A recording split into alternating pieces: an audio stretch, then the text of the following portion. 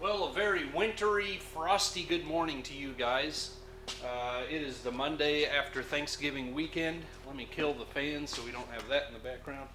And we need to get back to work. It is very frosty and frigid, and I've got it up to 40 degrees in here so far, but I'm going to kick the heater back on, so that's going to be going in the background. However, in this video, we are going to start disassembling a 1971 Nova. We've got to get going on that project. And the very first thing I need to do in order to do that is build another set of storage shelves. Let's take a look at what we got and then how I do it. I've shown this to my members, I believe, of the channel. And then we'll just get down to work. Down to business. So if a guy needs to build some storage shelves, this is just what I find works best for me, instead of buying those cheap, flimsy, wobbly things with thin particle board shelves that just don't stand. I mean, they kind of stand the test of time. Certainly the shelves never do. You always have to go back and cut new ones out of plywood if, you know, maybe you like a sway back shelf. I don't know. Anyway, it's often cheaper, depending on the price of lumber, just to do it this way, and you get a lot more shelf space. 1.5 sheets, 7/16 OSB, 16 8-foot 2x4s. That's what you need to do this. You can get a little cheaper if you have a trailer or whatever to haul, you know, 12-footers. If you have 12-footers, can get 12-footers, let's see, 10, you need 5 12-foot 2x4s, and then still 1, 2, 3, 4, 6 8-foots. Or if you can get 16s, you know, cut that in half, and you can save a little money. Anyway, that's not quite right, because you still need 2-footers in between, 21 inches. Whatever, let's get working.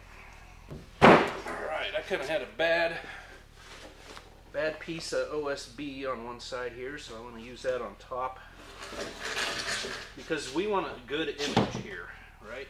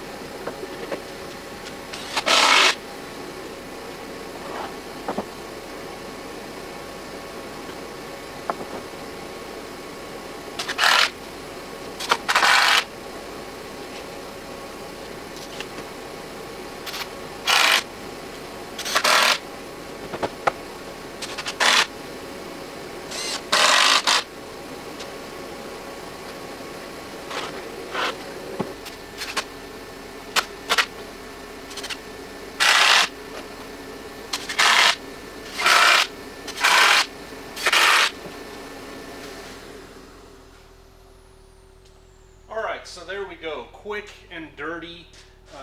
This is my own preferred method, and it gets you a really strong and sturdy storage shelf for most things. Now, if a guy wanted to put engine blocks, heads, transmissions, things like that on here. I would probably upgrade it to 3/4 plywood, and I have only one stringer in the very center underneath. And so you may want to add at least, 2 more per shelf under there. Enough of this. I'm going to push it out there, work on something we're doing on the El Camino, but the next thing you see is tearing down a Nova. Let's get to it.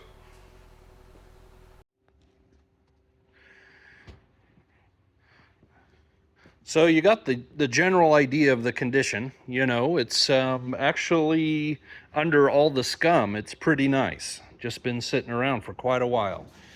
We've got a little bit of Bondo here and there. Overall, very rust-free on the surface that we can tell. This wheel arc has got some bubbling, little bit of rust. Not bad at all. We'll see what we get into. I think this whole bottom of the quarter there may need replaced or patched up pretty good. We'll see when we get it stripped down. Obviously it's been painted and clear coated at some point in its life. We do have a bit of an odd ding here behind the tail light trim. Bumpers are kind of tweaked up a little too. I think both of them are. All of this, it's kind of hard to tell till we get it open, but it doesn't look like that's been leaking. This side, I believe, is much more solid. There may be a little bit on that end of the rocker. The front end of this door probably has some Bondo issues. Looks like very thin, but it's peeling off. Rust underneath. Fender's look in great shape. Oh, there may be something going on down there.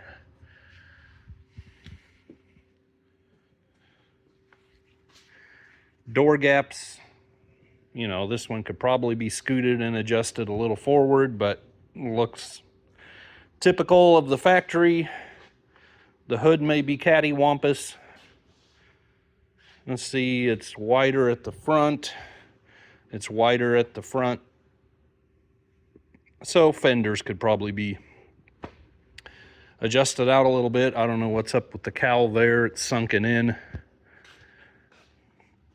We'll have to figure that out.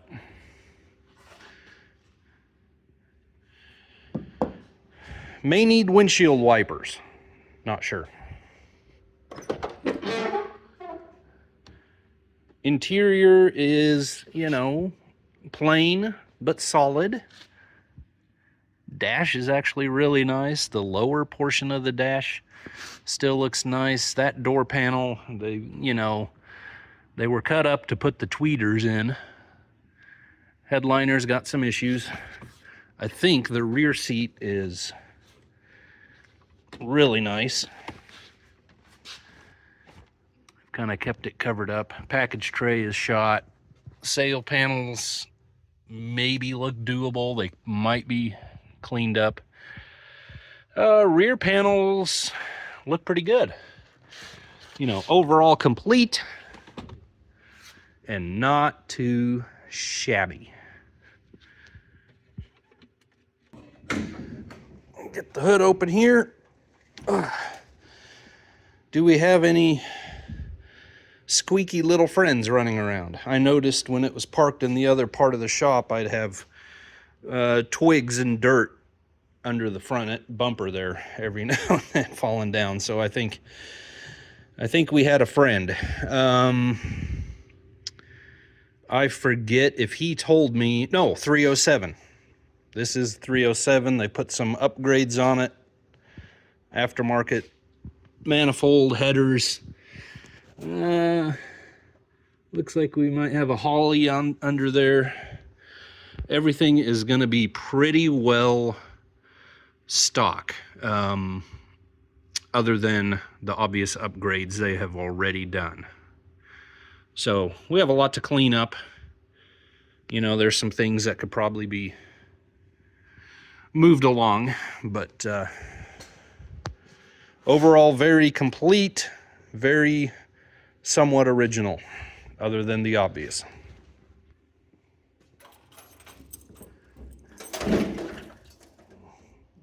What do we have back here? I'll have to look closer at the other one. Was that shot? Is it broken? Is it busted? Has it been cut? Oh, it's been cut for a radio. That's probably why they have a separate one. See if they want to go back to the original or Bluetooth facsimile of an original. Original air cleaner. Yeah. Carpet, jacks, 2-jet. I'll have to see if they want that core. I don't know what that is. We'll figure it out. So I could probably start cleaning that out. Factory marking. Unless that's been replaced. Looks suspiciously black and clean. So. All right, so there's just a quick little tour for you. Overall, I think you'd agree this thing is very, very nice, very complete. I mean, nice in quotes. It needs help, but that's what we're here for. So we have a great car to work with here. I think what I'm going to start with, I might as well empty out the trunk. It's open, and that's easy enough. Then I think I'll move on to the hood, get that off, and then we will start looking into that engine.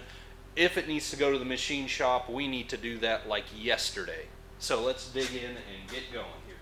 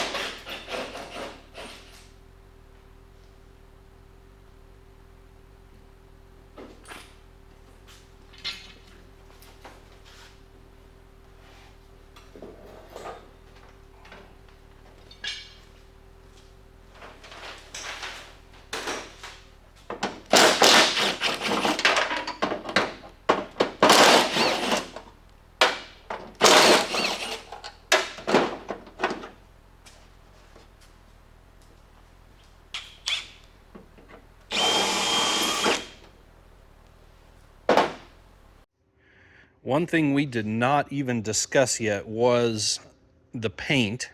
Of course, it's very early in the process, but my hunch is they want to go back with the red, but I'm thinking we did uncover some factory gold, which I actually don't mind. I think that would be, especially with the rally stripe, that would be pretty sharp. But that, of course, is up to them.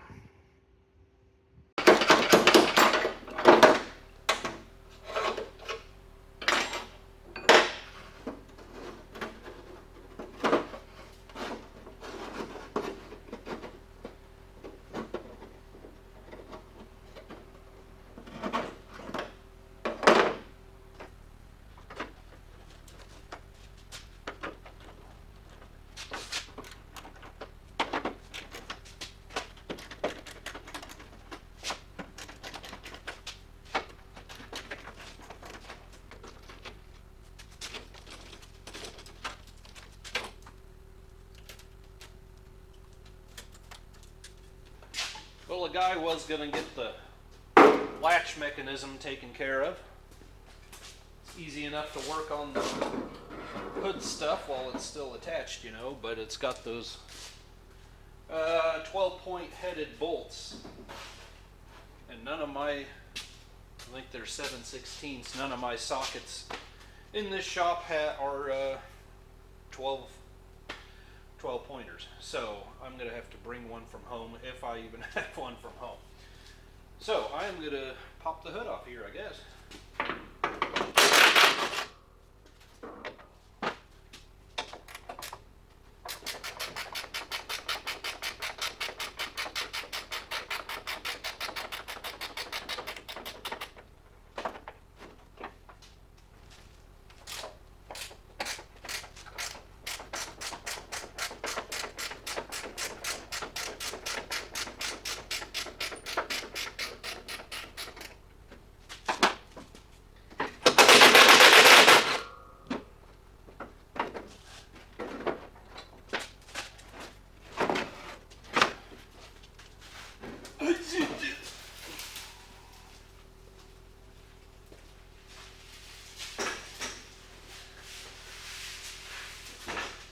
Okay, I didn't realize what you know, what was going on here.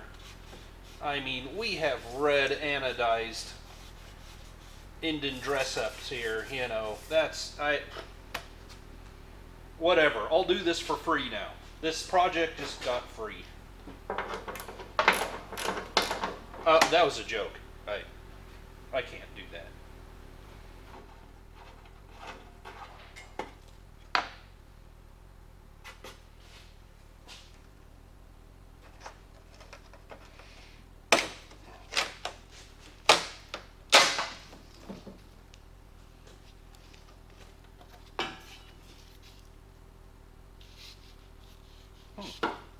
It's not too bad yet. I think from here on out, I'm actually going to start stripping down the engine quite a bit, get the AC out of the way, maybe the alternator, all these lines, so on and so forth, just so it's not such a pain to try to reach spark plugs. And then we will go after getting some compression readings. And I fully well realize this thing has been off the road for many, many years. And it just may be low anyway. But I just, you know, kind of want a baseline starting point here and go from there.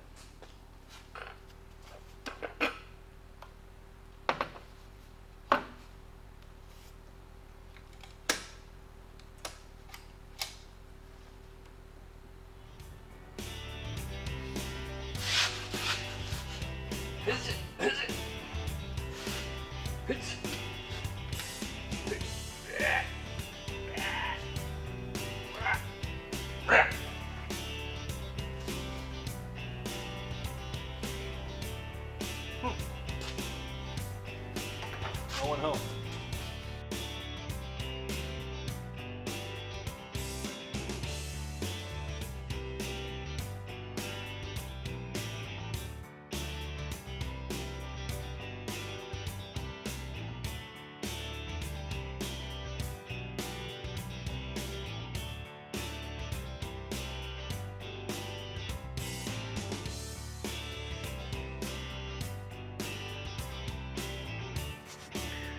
Who approved this?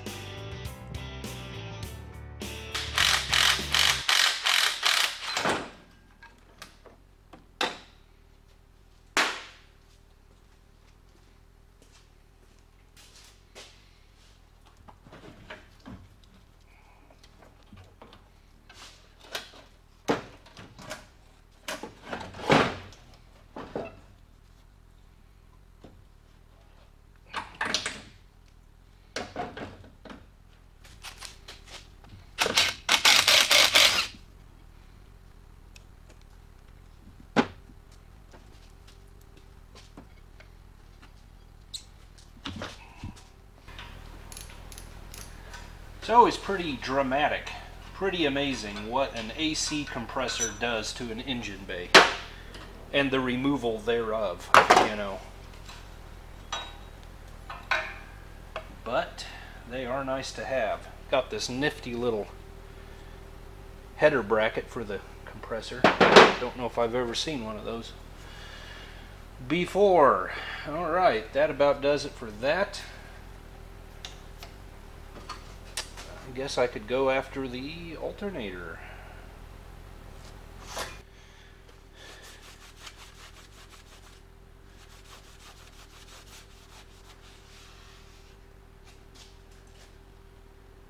'71 model year, 307 2-barrel carb.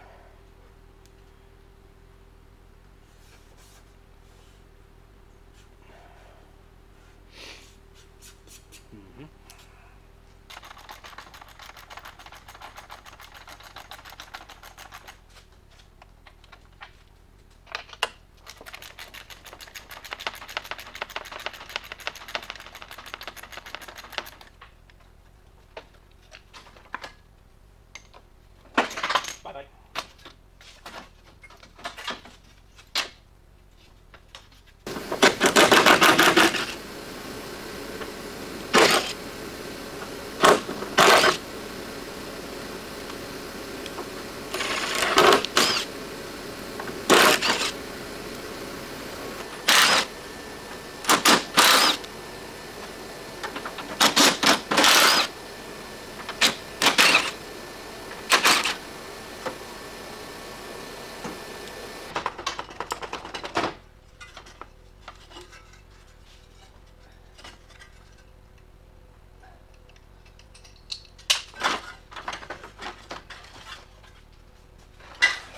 Had a disagreement with the bottom transmission cooler line.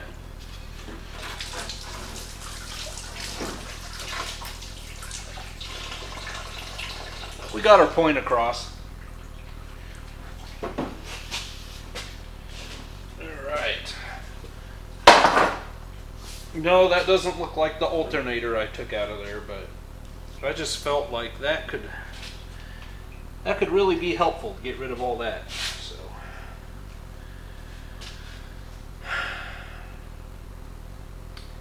think it's nap time, or maybe I could get the alternator out now. That's a tough one. Apparently I'm in no particular rush to get to that darn alternator, you know. I'm kind of thinking leaning that far into an engine bay just isn't necessary on a project like this. I might as well remove the front end to get to it. Maybe even the fenders, the entire front clip. Who knows? The world is our oyster. Or at least this little part of it that calls itself a 71 Nova. So I'm just going to keep dropping things like that and taking stuff apart. Bumper, park lights, grill, headlights, trim up here. Maybe even move to the radiator support. And I don't know. We'll just see where we end up. Aren't you excited? How does that fasten?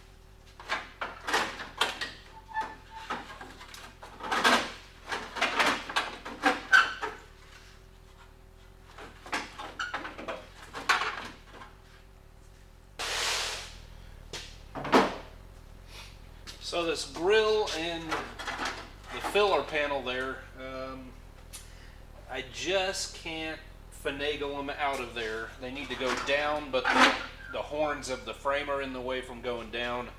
And there's little tabs on, this is like a plastic cover over a sheet metal.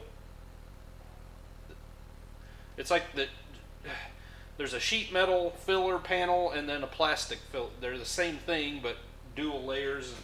I don't want to break it. I could unbolt, take out the little sheet metal screws that are holding the grill to the panel, but you know, what's the point? We can do that later. We have to take fenders off anyway, so we're just gonna head in that direction, I guess.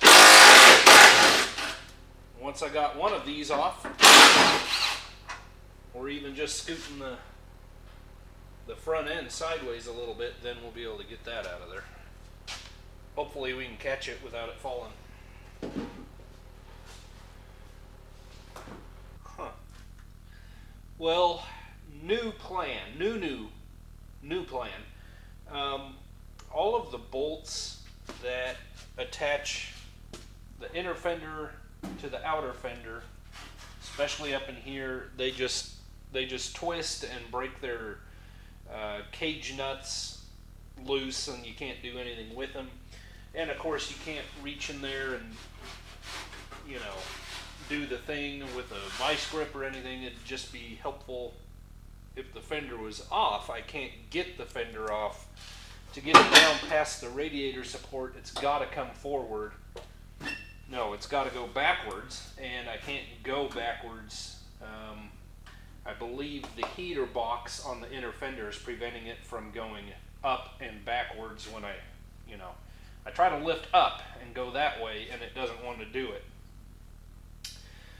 So, I think the new plan then is to strip down the radiator support. I will take off the washer jug, the charcoal canister, you know, our regulators, our horn relay, all of that stuff. I'll get the condenser off of here so it doesn't get beat up. I have a whole lot of electrical connections. And we'll just strip this thing down, get it out of here, and then I should be able to get that fender off. You'll notice I did get the grill. I was able to, you know, move it to the side enough to get the grill out of here. So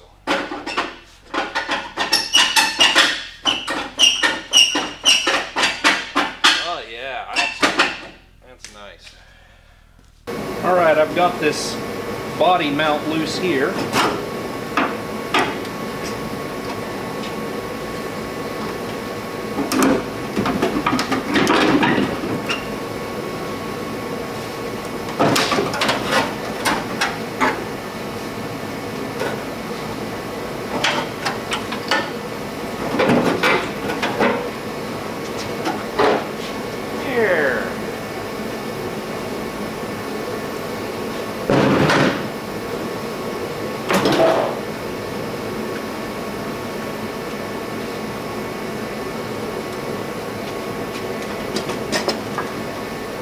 Time for the other side.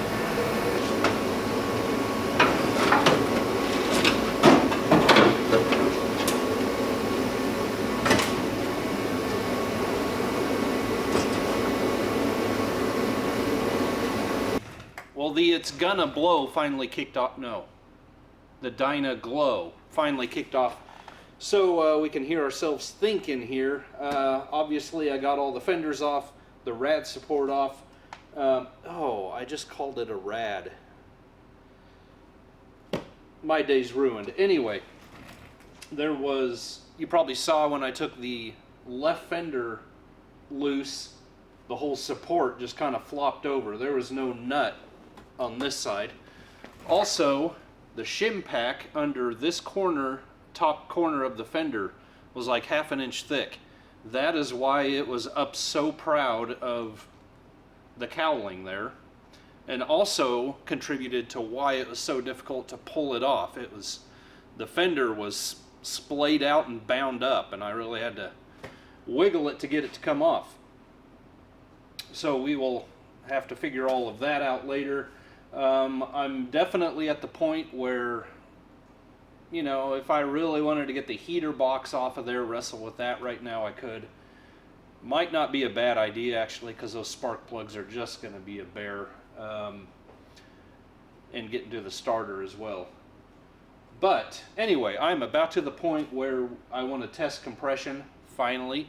I think I'll roll the engine over by hand, make sure it even turns. And when I do crank this, we're going to have fluids puking out everywhere, so I may want to do some fluid control. Put a diaper on the whole front end of this thing. But anyway, probably the next thing you'll see is testing compression. Let's get busy.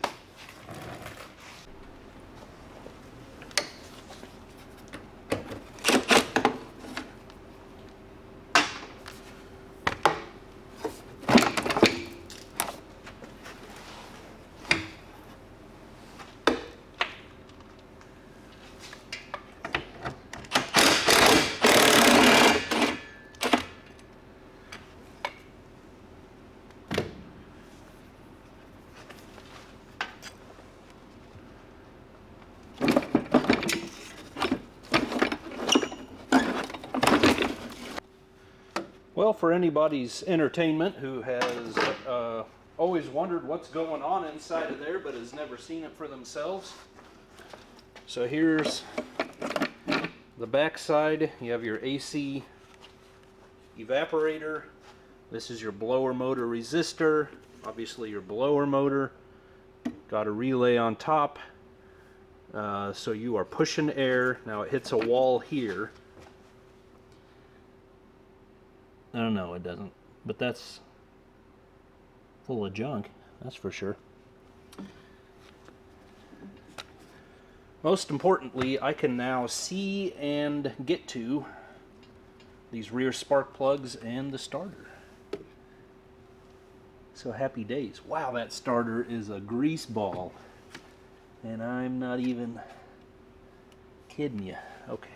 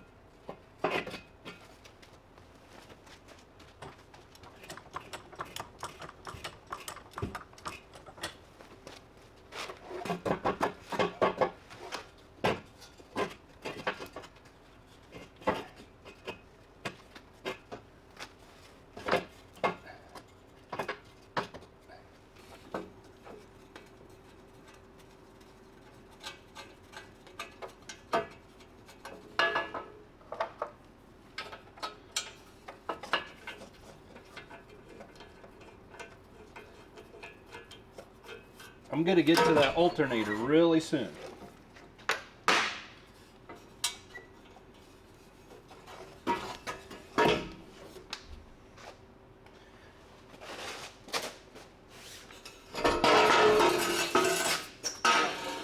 Alright, we should have this guy up and running.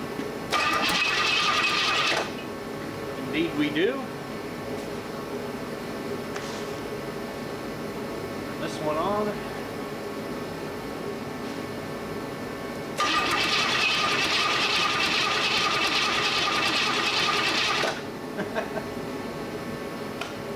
Is that it? 14 pounds.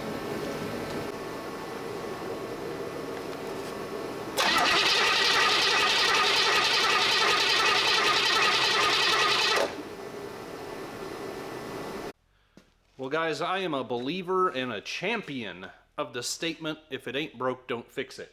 You know that about me. Now, like in the case of the 48 Chevy, clear cut case, the engine was trashed, and if it was ever going to live again, it needed to be rebuilt, which we did. This thing is not so clear cut. It is unknown the amount of miles, if it's ever been rebuilt. The owner only knows its history back to the mid to late 90s when he got the car. The only work he ever did on it was the add-ons, the intake, the carburetor, so on and so forth, the headers.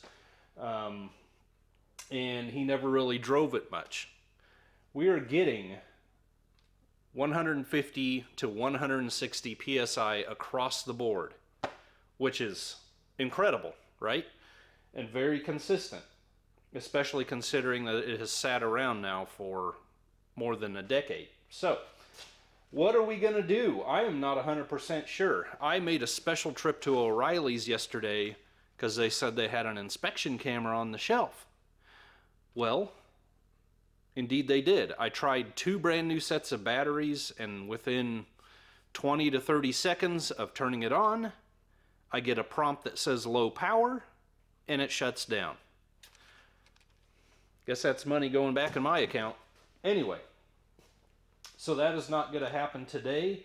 What do? I'm going to continue tearing it down, take off the intake, take off all the tin. It would certainly at the very least all get cleaned up, freshened up, repainted, new gaskets under all the covers. And we may take off the intake, see what's going on under there. That'll continue to give us more clues. What the cylinder walls look like, I don't know. How big of a ridge is in there, I don't know. But according to the compression test, valves and rings must be pretty healthy. So, he has left it in my hands what we do, which is a dangerous thing indeed. I just really want it, when it leaves here, to perform well and give many years of enjoyment. I don't want engine problems right away, or burning oil or anything like that. So we're going to have to decide what to do there. Anyway, I think that is going to do it for this time. Next time, I think we may get to that alternator, but that'll be continued to be stripped down, pulled out, work on the interior, get the body off. We'll see what we do.